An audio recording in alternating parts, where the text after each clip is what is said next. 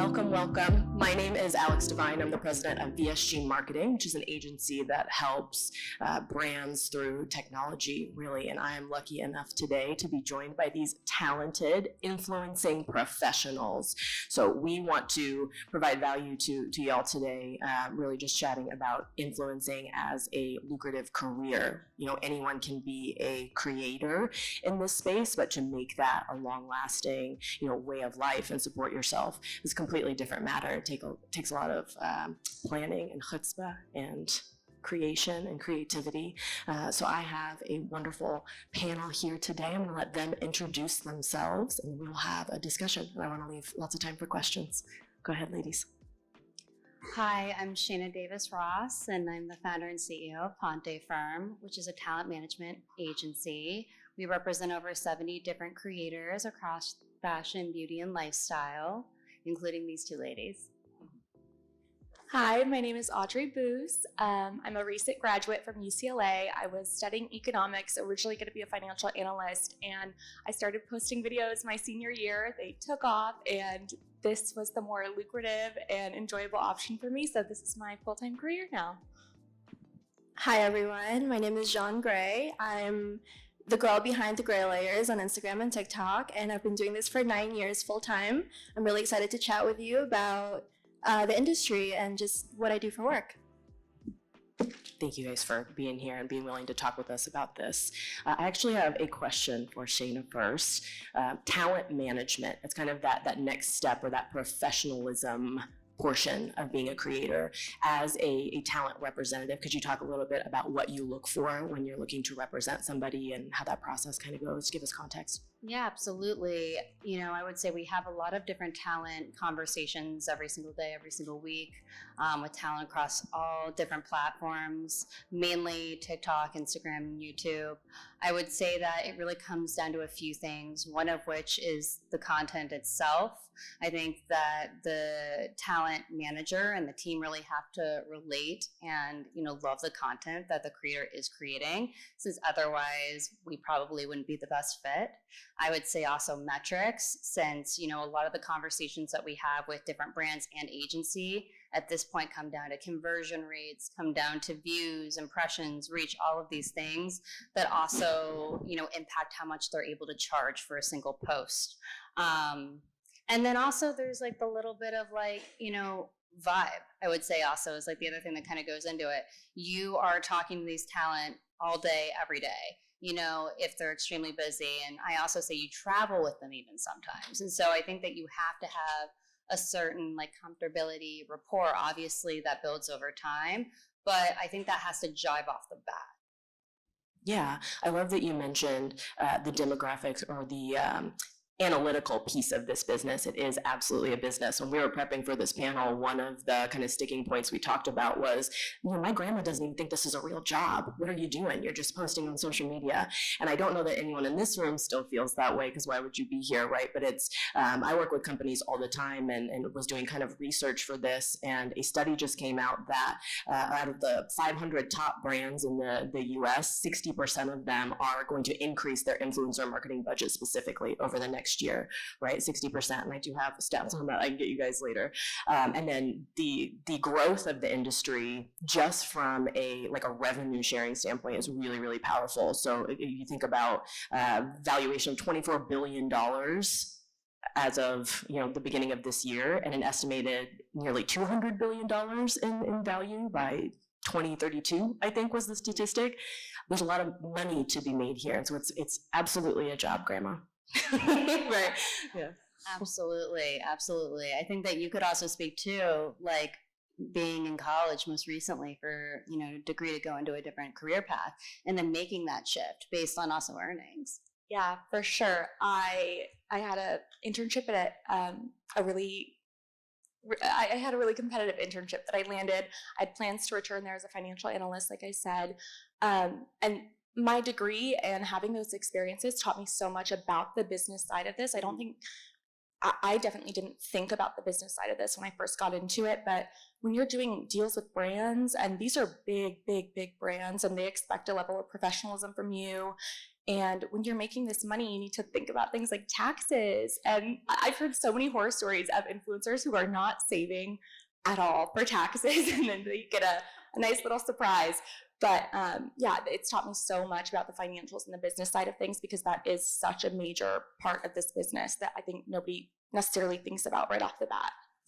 Yeah, absolutely. Since you brought that up, great segue. Would you talk to us a little bit about like the first brand deal that you got? And then I want to hear about the biggest or like most exciting project that you worked on, and maybe what was the difference between those two, a little bit of your path there.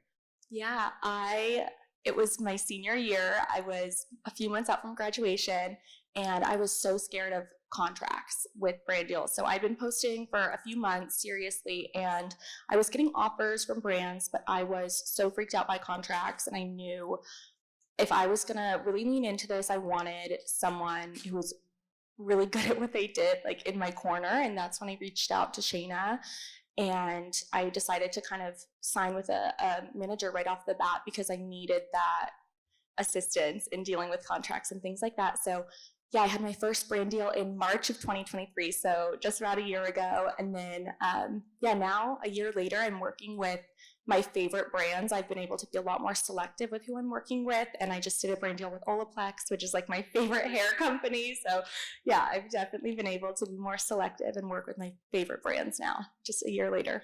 Yeah, don't you think that's so important as an influencer working with brands that you really believe in, and you get to kind of curate that relationship? So more so than even the vibe check. I think that's true on the brand side of the house as well. Would you agree with that? Yeah, absolutely. I would say that, ultimately brands look for talent who love their products. I think that off the bat, when we pitch talent to different companies, I would say we get much better results, over 50%, just based on, sending a video of them already using the product.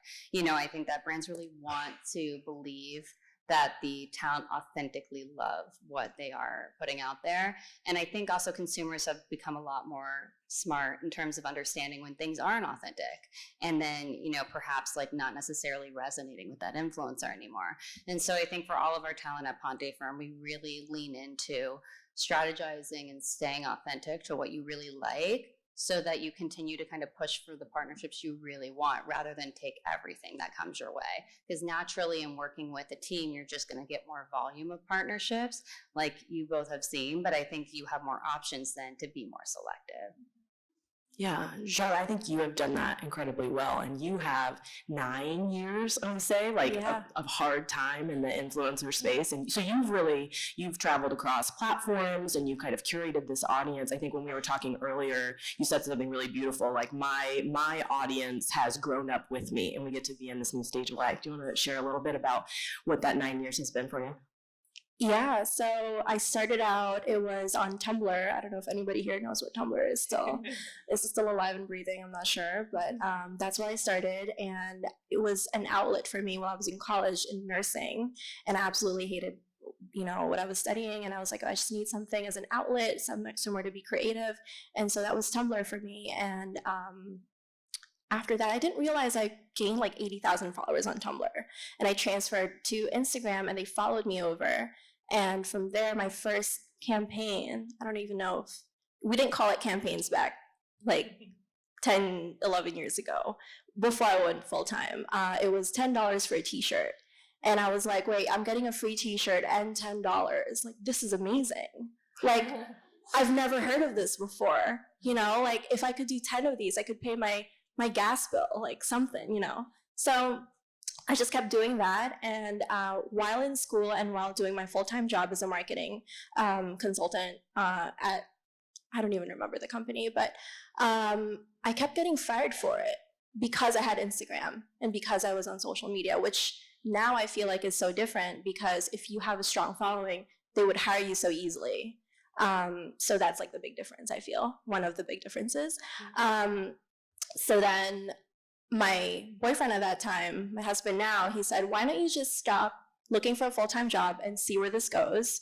My second gig was socks for $50. I was like, okay, how can I make this into my own and make it creative for the brand? And I posted it, they paid me the $50, and it just kind of kept going. And the rest was history. You did mention that. So you had a full-time job when you first started influencing, right? I'm sure that's the case for many. Do we have influencers or aspiring influencers in the crowd today? All right, cool. I think that's pretty common. As you get started, you got to pay your bills, right? Until you hit that threshold where you can create for a living. So full-time job, and you said you experienced like backlash from that. Yeah, and there was no credibility. It wasn't a real job. I feel like only recently has it become somewhat respectable in a way. My mom, my family, my friends were like, "What are you doing? What is this? Like you're posting for money? Like that's weird." Now it's a thing. Now it's a whole industry. It's $1 billion. It's $24 billion industry. As of exactly. So that's amazing. Absolutely love it. Okay, good. Well, I do want to talk about demographics and kind of some accessibility barriers potentially age-wise, like who can be an influencer? What does that built-in audience look like? Would love to talk about that. But before we do, to kind of wrap up our influencing as a job discussion, how do you know if you're ready to look for professional representation as an influencer? And maybe, is that right for everybody? Absolutely. I mean, I think that for any talent who really wants to turn this into a full-time job, I think, absolutely starting off on your own in some cases is great. If you're still figuring out if you want to do this and all, you're kind of learning the landscape. But I think in turning this into something where you're doing over 6 figures more, you really do need to get a team, because at a certain point it affects your productivity and like what you're able to complete. Like you're not able to do as many opportunities if you're also answering all your emails and negotiating for yourselves and maybe negotiating your contracts, which might not be the strong suit there. So maybe you get a lawyer. But I would say that overall, you're reliant on what's coming to you, which, in sales, like this is like essentially like we're here to do sales too. So it's not just about what you're getting, it's about what's out there and the pitching. And I think that a lot of talent who are on their own don't pitch themselves just because they don't have the contacts. They don't know where to start. They think it's awkward. They're like, I don't want to pitch myself. That's weird. And so, I mean, I totally get it. I also sometimes, even for myself, if I was ever to send out a pitch for myself, I'd be like, oh God, gross. But I think that at the same time, I think that, it makes it a lot easier. You're able to have a lot more bandwidth to create and monetize if you have like the backing of a really strong team. And I think that's really what allows creators to really excel. Similarly to like all of the things that I was talking about, whether it's like we look for like the content, we look for the metrics. I also would say typically we look for a certain level of earnings, just because I think that we'd like to understand that the talent has like interest already before we move forward. It's almost like, we're not typically at this stage of the company starting with a lot of talent who haven't done at least one thing themselves, just to also understand like what is the process of that, which also makes it a lot easier for us to explain where we are in the process of certain deals too. But I would say there's obviously exceptions to the rule. We've signed certain talent, and I feel like even you were very much early on where we saw the content, the metrics, the following, and we were like, this is like crazy. Like I feel like, we met her through another client of ours because we happen to be very highly referral based. And so I think that also paired with it, we were like, I feel like we could really crush it. And I also feel like she's already within our community of talent. And so it felt like a no-brainer. And it really has been off the bat. Yeah, I love that. It's business. And I think a lot of times if you are creating for the joy of it, it can feel like icky to go into a business environment. It's that same thing, like I don't do my own taxes. I have a CPA that does that. You could, but professional help really makes a big difference, or maybe opens doors that it wouldn't have before. Absolutely. I also think you're able to, in some cases, competitively kind of bid on certain things. Like if it's a longer term partnership, say an ambassadorship with a certain brand, for example, we did one the other day. It's a very large LVMH jewelry company that we did like a 6-figure deal for that is 12 months long for a client. And I think that really considering that and maybe being like, is this the brand you want to attach to for the next 6 months? Do you want to explore other options? Because we do have other brands that we also are connected to competitive to this brand. And if you do this for 6 months, you can't work with any of them. You're attached to this brand exclusively. And those are also the things also to consider. And when you're on your own, you maybe don't have as much of that like landscape opportunity, and even understanding from our standpoint being like, hey, we've had clients work with this person, that, you know, brand, even if you haven't, and this is how their rates usually are. So this is like, I think they could potentially afford a good deal, or maybe they couldn't. And so like, we shouldn't think about it. So Yeah, it's huge. yeah. Gotta build that team. I would say to encourage anyone thinking about a career in influencing from the brand side of things. I work with a lot of B2B brands, and you should be encouraged by really the leverage that you have. You know, trust is the best form of advertising. If someone that you know and trust and love and follow and have grown with for years and years supports a product, you're way more likely to buy that. So like all of the data and marketing, of which there is tons and tons and tons, and that's how businesses are making decisions, there is huge return on investment in influencer marketing, and it's proven in the sales and the bottom line. So in those negotiations, if you have a professional partner that can articulate that in a revenue sense, right? Like, hey, I'm going to make this content, and that's really powerful, and I'm making a piece of art, but that piece of art is going to make you money. And so you are inherently in a business discussion at that point. So it's very important to have contracts in order and make sure that you are, you know, getting paid fairly for that art that you're creating and for that trust that you've built with that community. You're a steward of them and they trust you. And so there's just a lot to think about, and it's hard to go about it on your own. Absolutely. Thank you. Okay, cool. Well, let's shift a tiny bit. So this is, you know, crush it as an influencer, no matter your generation. And so that kind of angle there, what we want to chat about, I often mentor women far older than me in an executive space. And I find that they have barriers to entry. They think they can't do something purely based on age. And I meet young women also that feel the same. So women are not, right, in any context. Would you guys chat a little bit about how you see yourself generationally, I think, as an influencer, and maybe Shana, you can talk about demographics that you're seeing that are performing well from a business sense. But in general, like, who can be an influencer in your mind? I think that anyone can be an influencer. I think the number one thing I would say if you're wanting to start creating content is to find a sort of mentor who can literally be any age. I mean, I follow women on social media that are 50 plus, that are showing amazing hair and makeup tips, and they know how to set up their lighting and things like that. And so I found these creators I loved, and I would start commenting, what's your lighting setup look like? What stand do you have your phone on? Things like that. How do you edit?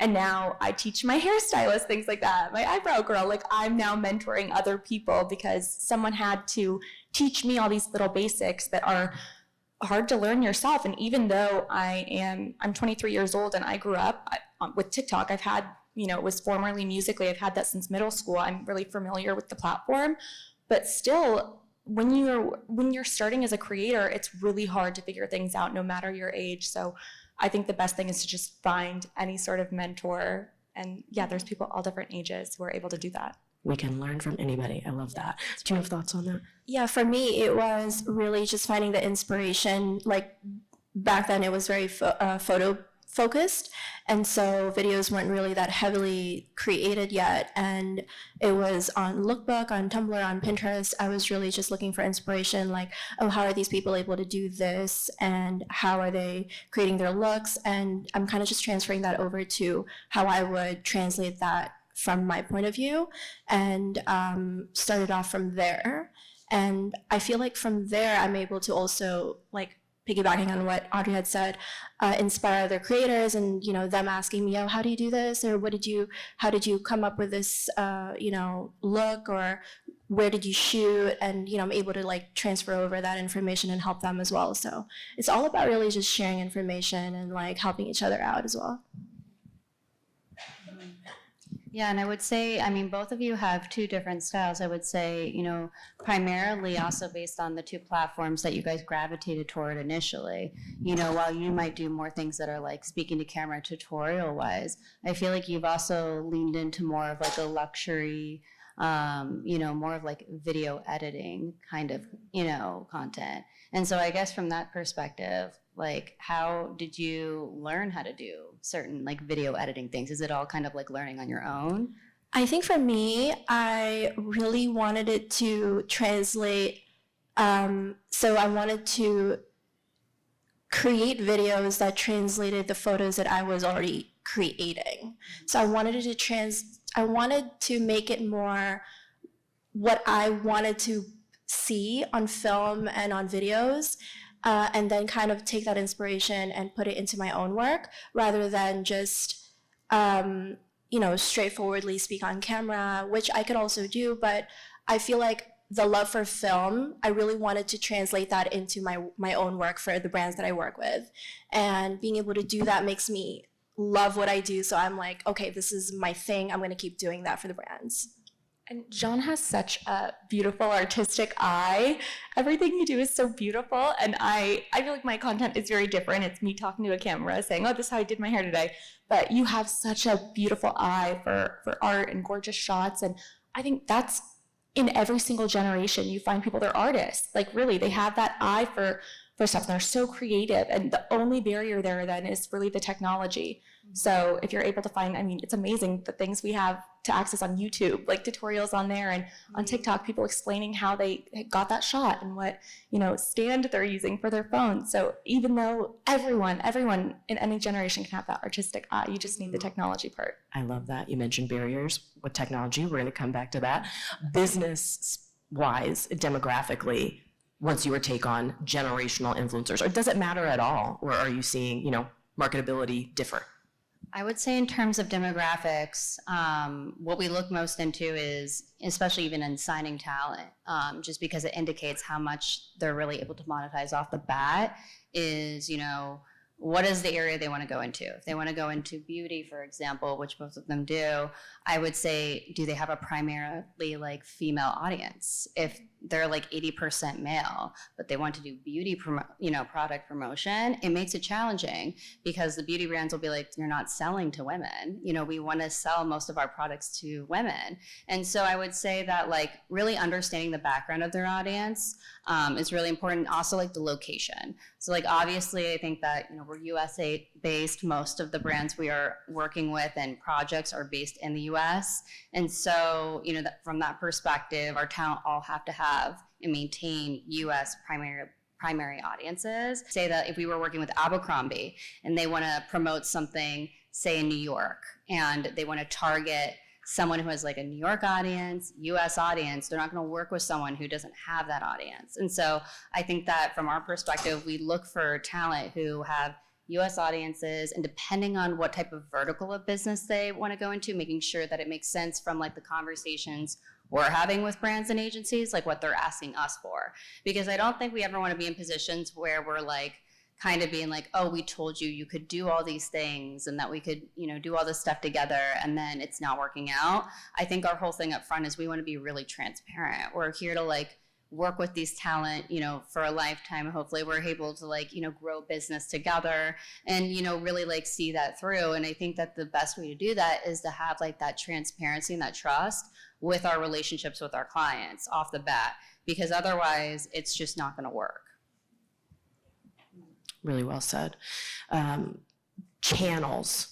When we talk about, generational spread or just your own unique style, I think it's one of the beauties of creating content for yourself is you get to do things that you love. You get to bring your appreciation for film in. You get to jump on trends to some extent. I sat in on a great panel yesterday, and there's this tension point of how much do you jump on trends versus like build your library of content or this portfolio in an influencer space for brands, and how does that align and how you stay, consistent with who you are as a person and your own ethos. It's a lot to think about. You are a walking business, so you have to have mission and values and all that kind of stuff. But does that vary on platform, do you guys think, or channel? I would say on TikTok it's it's heavily trend based. On Instagram it's more so your own style. I want to say that's kind of like what I've been seeing. So it was more of a challenge for me on TikTok to really like jump on trends because I'm not really one to jump on like, the newest thing. Like I'm very like solid in what I love, but that's not to say that you can't learn something new. And that's not to say that you're able to shift your focus and, build on a completely new platform. And I was able to do that with the help of the right management, of course. Yeah, TikTok is Shana. Definitely, shout out Shana. TikTok is definitely trend based. I have been able to, my content's been very consistent for the last year. I post a lot of hair tutorials and things like that. And that's not necessarily trend based. Like there's not necessarily trending products. I like what I like and I've been consistently using it for years. But I've found ways to incorporate trending hashtags and trending audios, trending songs, and different things like that I can incorporate into my content while still being really consistent and staying true to the kind of thing that I want to post. Yeah, absolutely. I mean, I would say that TikTok is, I'd say primarily like focusing on the trending sounds, and you'll see that follow on Instagram like a week later. I think that's very normal for a lot of our clients who are on TikTok, and they'll like actually wait to repost their videos to Instagram maybe like later. And you do that too, because, ultimately that's the way it works. But I would say that Instagram, I think, has been mimicking certain capabilities that TikTok has been putting out, just because I think it's become so popular, and I think people gravitate toward it in some cases to get all of those trends and news like quicker. So I would say that, like, from that perspective, we've seen a lot of, brands and also talent do a lot of cross promotion. Maybe they'll post a video to TikTok and they'll reshare it in Instagram in parts. Or maybe it's like a 3-part, but they're like, for part 3, go to my TikTok, or something like that, where they're trying to like push the, different audiences to different platforms, just to be able to also grow both platforms, depending on where your larger platform is, or if you want to grow one more, which I feel like all of our clients do, whether it's like a giveaway or whether it's like a promotional thing or whether it's a brand deal, because so many brands we work with do TikTok reshared to Reel. That is very, very common. And so I think that it's just a matter of like, exactly what you're looking to kind of get out of either platform. TikTok. Hot topic this week. Shana, would you share a little bit about the importance of diversification of your channels for influencers for just this reason? Yes, absolutely. I would say, ultimately, whenever we sign a client to Ponte firm, we talk to them about diversification, just because you never know what's going to happen. When I started the agency, Instagram was like king. It was like the platform. There wasn't a TikTok. And I think TikTok really came in hot. And I think we discovered a lot of new talent that we now love and work with on TikTok. And, I'd say that I, met Jeanne on Instagram. I met you through TikTok. I think that we meet all our clients through different mediums.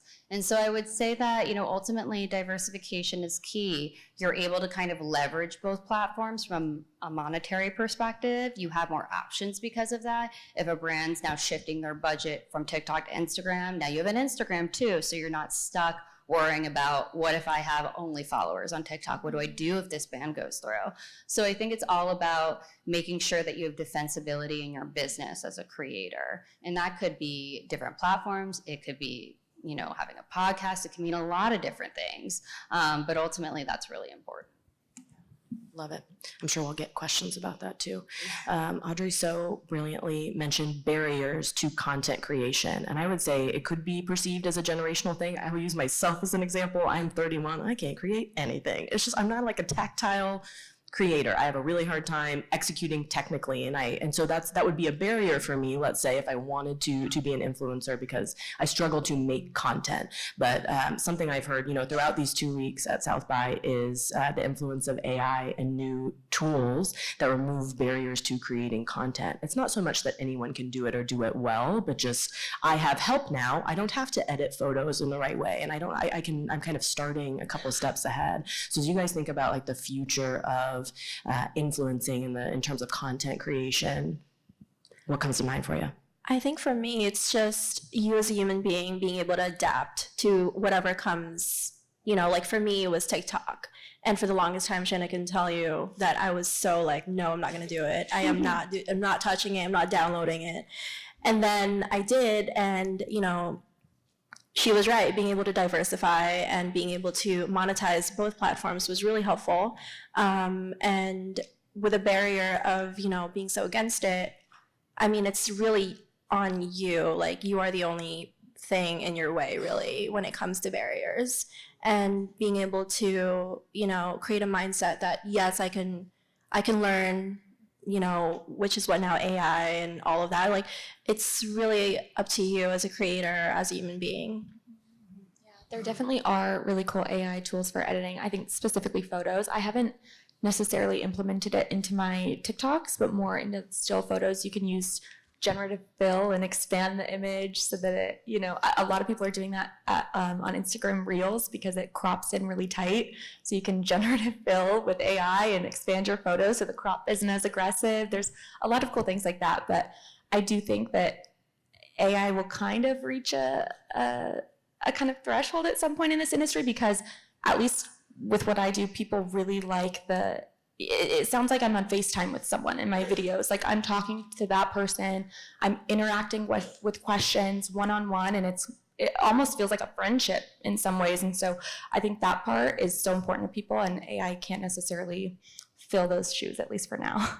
Yeah, and from our perspective, it's twofold. I totally agree with what you said, because I think that the reality is people have really, really leaned into authenticity. Yeah. And I think that it's, impossible for an AI to be able to properly review a product authentically. They're AI. So I think that, working with humans, which sounds funny, but I think that that's where you're going to get like the most real feedback. And I think specifically in certain categories, maybe less in fashion, and that's an area I feel like has started to play with it a little bit more than maybe beauty, where, I think that you look for those reviews, you look to understand like why you want to buy the product. And even I guess for apparel, it's try on hauls. How can you properly have that? I think that's also another tough thing.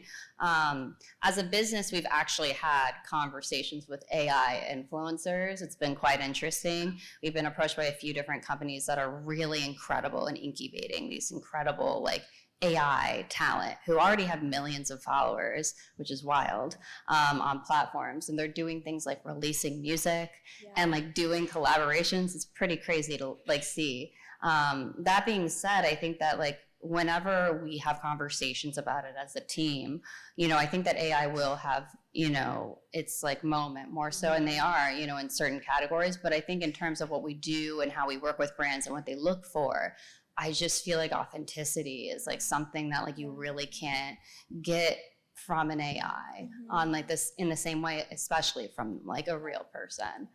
And I will say, I met the personal stylist of an AI influencer at a clothing store in LA. Totally random. It's the AI influencer Little Michaela. Oh yeah, we spoke to them. They were like the first. I remember learning about it in middle school. It's almost 10 years old. And I was like, what do you mean there's a personal stylist for this AI influencer? But when you look at these influencers, they have teams of creatives behind them. So regardless of it being AI, there's still so many real humans with creative minds that are behind these people, styling them and designing them and picking out their new haircut and things like that. And so I think it's wild. Yeah. And some of them look very real. They look incredibly real. It's crazy. Yeah. But there's creatives even behind these AI influencers. Yes. The spirit of art never dies, even if it's artificial. Do you guys have advice for folks looking to make a long-lasting, lucrative career in influencing? What's your one piece of advice for them? Just start. Just do it. Don't even think about it. Just do it. Honestly, if you think too much, you're never going to get it done. I think find that thing that you can't shut up about, that you always want to talk to your friends about, that everyone wants to ask you about, and start posting about it. Find your niche. You already know you're good at it, and just share it with the world. Yeah, from our perspective, I would say consistency is key. Finding that thing's really important and staying consistent, posting consistently, because ultimately I think that you have to look at it as like a media channel. If you're posting like once a month, that's not often enough to engage your audience. So it really is something where you have to lean into doing things like daily, if not multiple days a week, just because I think you have to constantly keep your audience engaged. And so I think consistency is key. Think about it like a job. Great advice. All right, questions, go ahead. Hi guys, my name's Talia. I know Annie, I went to high school with her. Sad she couldn't be here. I have a question when it comes to brands. I know you guys have a lot of experience with, brands reaching out to you reaching out to brands. What's the best way for a brand to get an influencer partnership or, anything like that? Over this week, I've kind of learned that less is more, and you want to give the influencer let them be creative and let them have the freedom to do it. You don't want to give them such strict barriers. You want to let them explore it. But how should a brand approach this partnership? Yes, absolutely. I'd say that, depending on the talent, we've had a lot of success with brands also like leaning into letting the talent lead their own creative. I think it's important, you're tapping these talent because you like what they're creating organically. And so I think that like sending them a 20-page brief of yes and no's maybe isn't the way to get them to create their best content. I think it's really important to have a conversation about what makes sense for them on their own platform so that you can properly like integrate your brand into it so it doesn't feel forced, because I think you want it to feel like you're just watching another video that they're creating and you love. But if it comes off like something that like they're reading from like a brief and being very robotic, is not going to have that same effect that you're looking for. It's a really great question. I think working with brands to respect an approach to the creative is critical. It has to be a partnership based on mutual respect, and making it easy for them and letting them run with that creativity is a huge part of that. Respect them like a business person. It is a business deal, but let them do what they're good at. Love it. Thank you. Hey y'all, Austin Evans.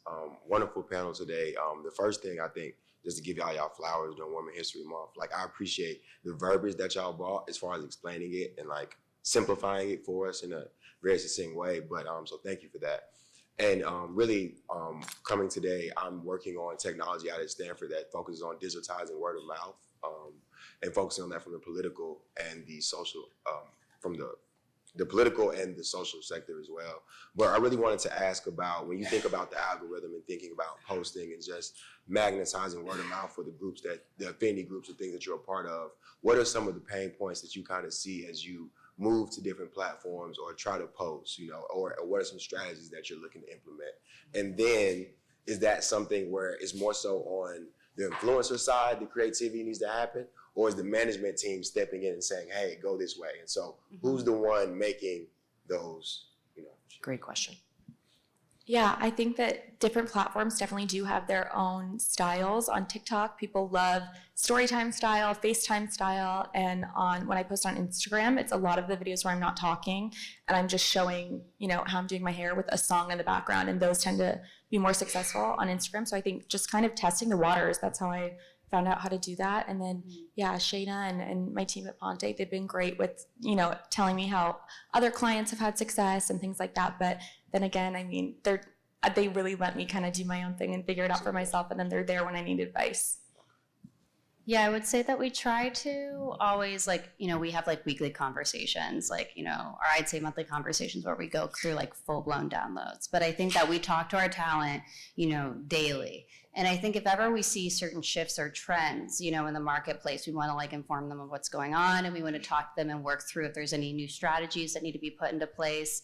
I mean, ultimately, it's their content, it's their platform, but we also want to be like, staying on top of like the newness. And I think that Jeanne brought that up earlier where she talked about moving to TikTok more so. And I think that was something where we had conversations of, hey, based on like, the agency we work with, over 70 creators, we do hundreds of different campaigns a month. These are the trends, and this is what we're seeing in bookings, and maybe this is something that we really need to take seriously so that like you're able to kind of still maintain a certain level of revenue and grow if that's where the market is shifting. And we're having conversations even now after, the TikTok, what's been going on there, just in terms of like, what to do and, if it's anything different than what we've been suggesting. Yeah, I would note their track. So if you are influencing and doing all that reposting and cross-platform and that promotion yourself, make sure you have a baseline of data to show how effective that was if you don't have an agency doing that for you, right? Because then you can show the brand success. So try different things. Just make sure you're tracking what the results of those things are. And then if a management firm, with lever pullers, as we call them, data and tracking people, all the better, then it kind of scales your time and lets you be the creator and the technical team be technical. Okay, thank you. Yeah, no, attribution is so important. After I'll come up and talk to you. Thank you. Attribution, great word. Thank you. Hey, hello, I'm Bob. Thank you for the panel. I'm a business owner. I'm in AI infrastructure. I have 5 influencers on the payroll, right? So what these people do, they write software and and they do that like in video format, content. So most important platform for us is LinkedIn. So it's like LinkedIn, X nowadays, and Medium. And these people just, they show how you build with AI. It's very similar to what you do, but then with software. Metrics. I pay a lot of money for this stuff. It's working, but how do I measure? Right, so because what we do not do, it's not, so the example that Jeanne gave of like, the t-shirt stuff, we don't have those kind of things. So it's very top of funnel, but there's a distance between actually the recognition and that turning into a sale. What metrics can I apply to know that it's working? It's a great question. Attribution, just like how do I attribute influence or success to that influencer's work? Yes. I would say that in terms of metrics, I mean, the influencer landscape over the past few years, I feel like metrics have been something that have come up more and more and more. It used to just be about brand awareness, and you wouldn't necessarily even think about seeing anything in some cases from it. But now it's very driven toward either conversion metrics, et cetera, especially the larger types of talent you work with where you're paying 20, 30, 40, 50K per a single thing. You want to be able to kind of justify that. I would say it really depends on the platform. What I would say, just kind of understanding exactly like, what is the success of this or that. I could tell you from our perspective in working with brands that if they want to come to us and work with any of our clients and ask about any of their demographics, any of their back-end analytics from impressions to reach to gender breakdown, et cetera, we have all of that. We get it updated monthly.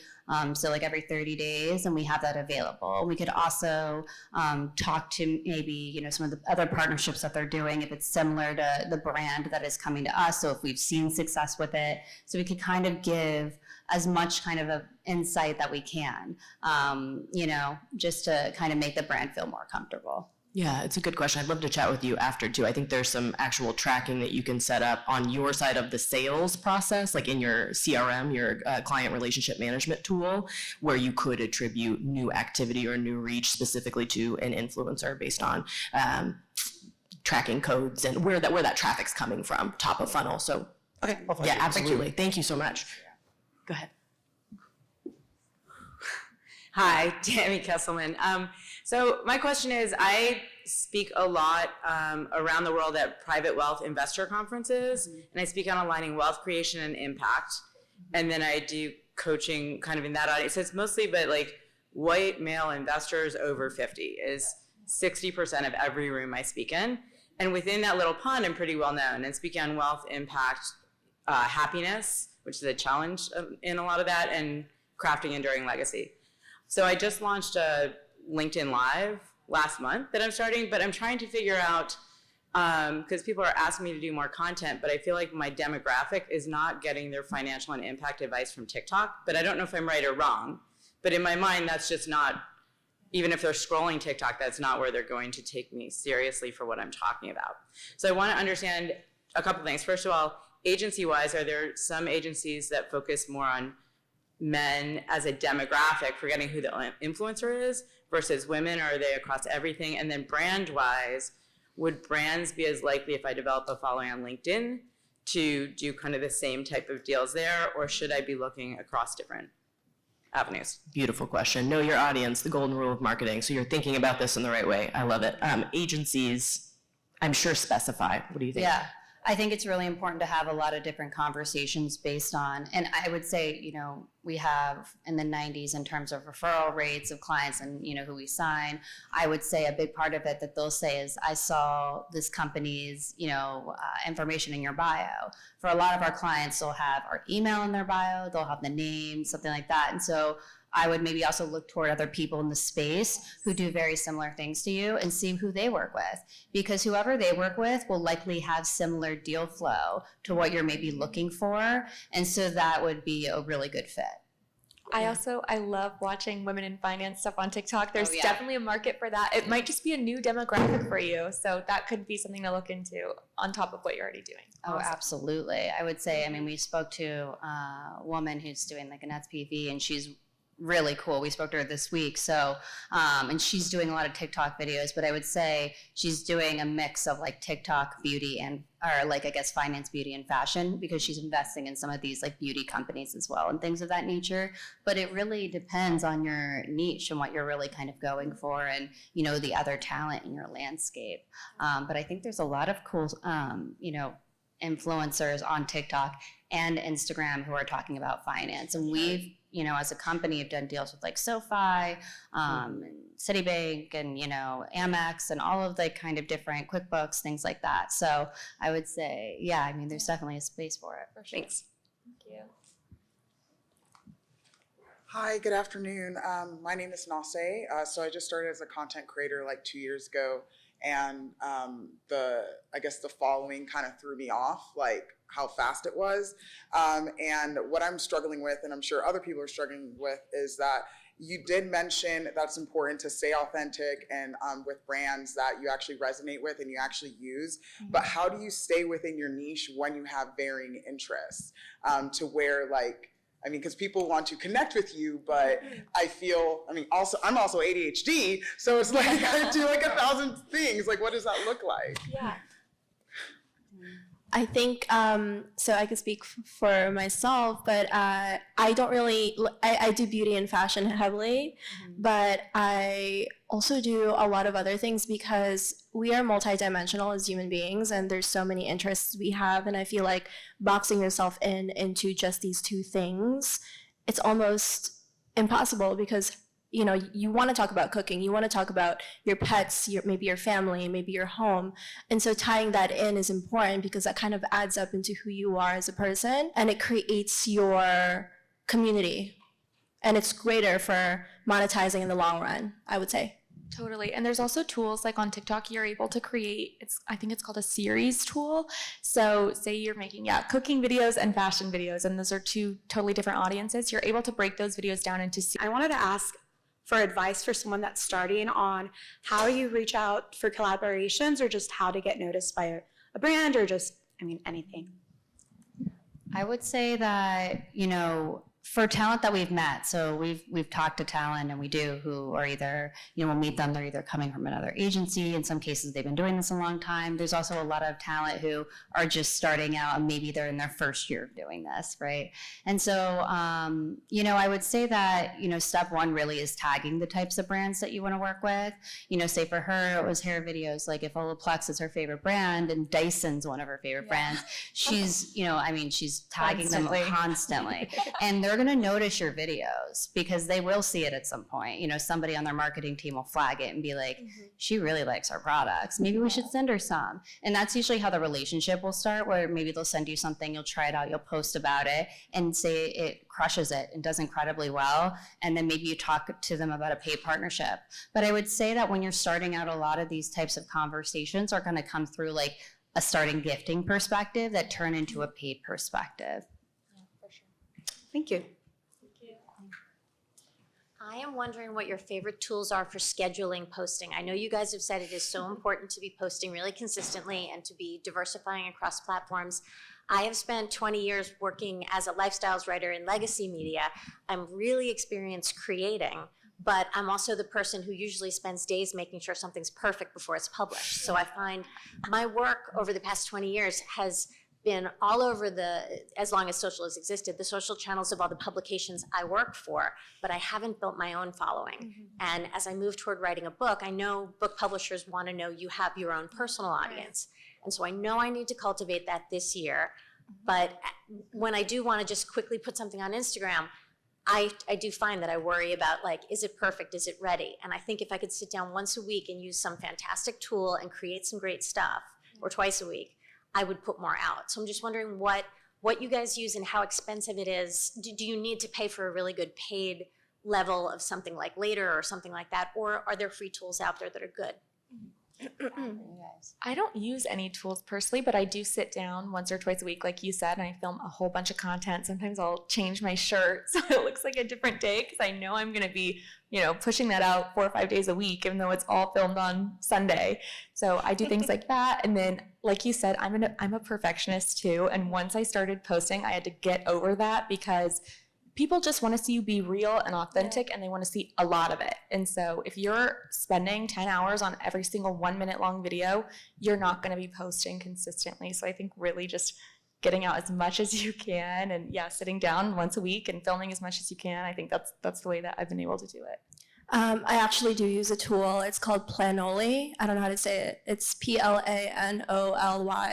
Okay. And I use it both on Instagram and TikTok, and I find that it works better for Instagram. I like to plan my feed a lot and like kind of curate like what I post and like, does it go with this color on this specific square? So it's been really helpful. I've been using it for the last 5 years. There's a lot of other ones similar to that, but I feel like that one is the most like tried and true. I've tried different ones, and I think that one's the best one. And I think, don't quote me on this, I think it is $60 for the year. Oh, wow. That's pretty good. So it's like almost free. Okay, Yeah. fantastic. Yeah. Thank you. Oh, also there's a planning, is there a schedule? You can already schedule your posts on Instagram as well. Yes, So if you want to do that, that's also really great to start if you don't want to do the Planoly. Yeah. Perfect. Thank you. Hey, by the way, super inspired that you're all women. I have a couple successful podcasts that aren't under my name. And I mean, people know it's me, but I keep me small on purpose because I am terrified of privacy and safety.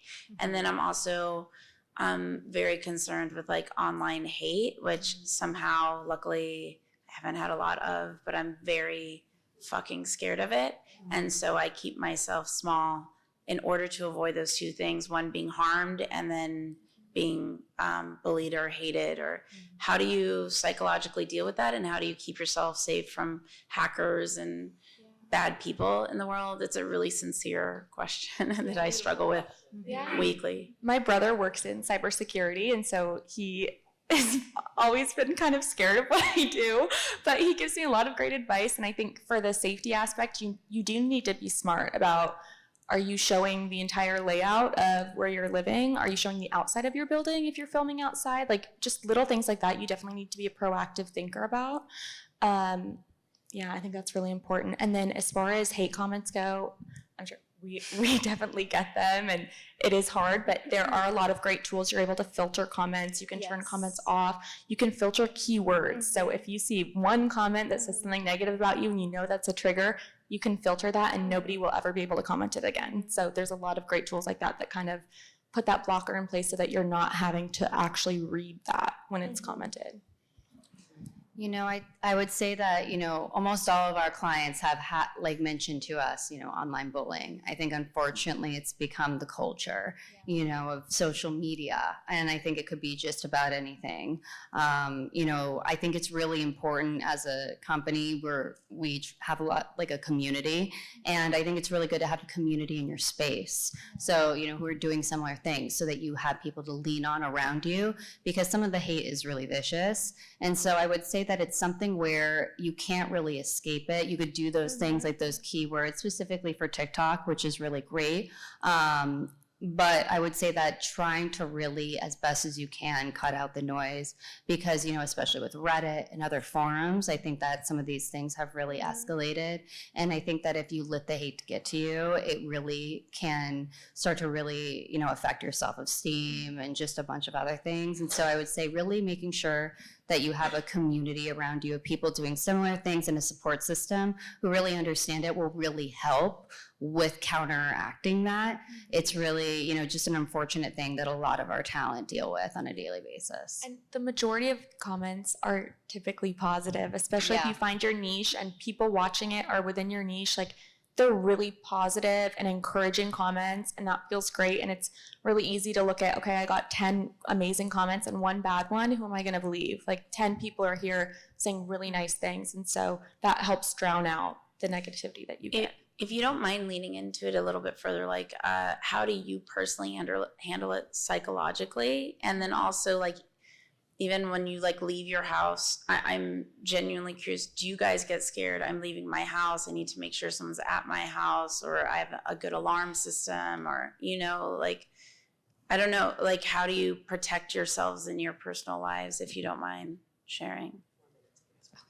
I think, sorry. I think just as a woman, that's a lot of things we have to think about no matter what, whether you're posting online or not. Self-defense and things like that have been in the back of my head since I was a teenage girl. So I think that I've had implemented for so many years, and I continue to do things like that just for my overall safety. And then, yeah, psychologically, I think having people I can talk to, having other creators in this space that I'm close with that I can say, oh my gosh, I got this really negative comment and made me feel bad, and having a friend who understands what you're going through, you can lean on them and they can say, that's not true, don't listen to that, things like that. So yeah, you definitely do need to be mentally strong and develop a strong sense of confidence, because things can get to you easily. I think also posting later. Don't post where you're at when For you're sure. there. Yeah, I never ever live post. Yeah, always. Okay, thank you so much. Thank you. This is our last question. Go ahead. Hi, my name is Nate. I'm a content creator mainly on TikTok, and my question was, it sounds like all across the board everyone says like authenticity is so important, but like what if you kind of find yourself in like trapped in a niche, and then you're like, this is the thing that gets the most engagement, so I'm just gonna, I feel like I'm forced almost to like keep doing it because that's what the algorithm wants. So is it possible to take your current audience that you've built and then, you know, move into another style of content? Absolutely. We work with our clients all the time on this. You know, you might start off doing something, and as you're growing as a person, you might want to create something else. You know, I think that these things happen, and your audience will follow you as you grow. They're growing up with you essentially.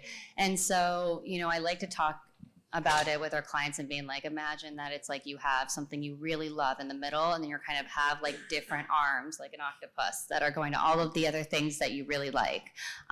You know, really trying to bring it back to that center of like what maybe you've always talked about and related to, but you're going to grow into new types of content as you grow as a person. So I think that as long as like you're able to relate it back and it's authentic to you, then it's not forced. It's exactly what you're meant to do. Awesome. Thank you. Thank you. Thank you, everyone. Thank for you so joining us. We'll be much. available outside. Thank you. Thank you.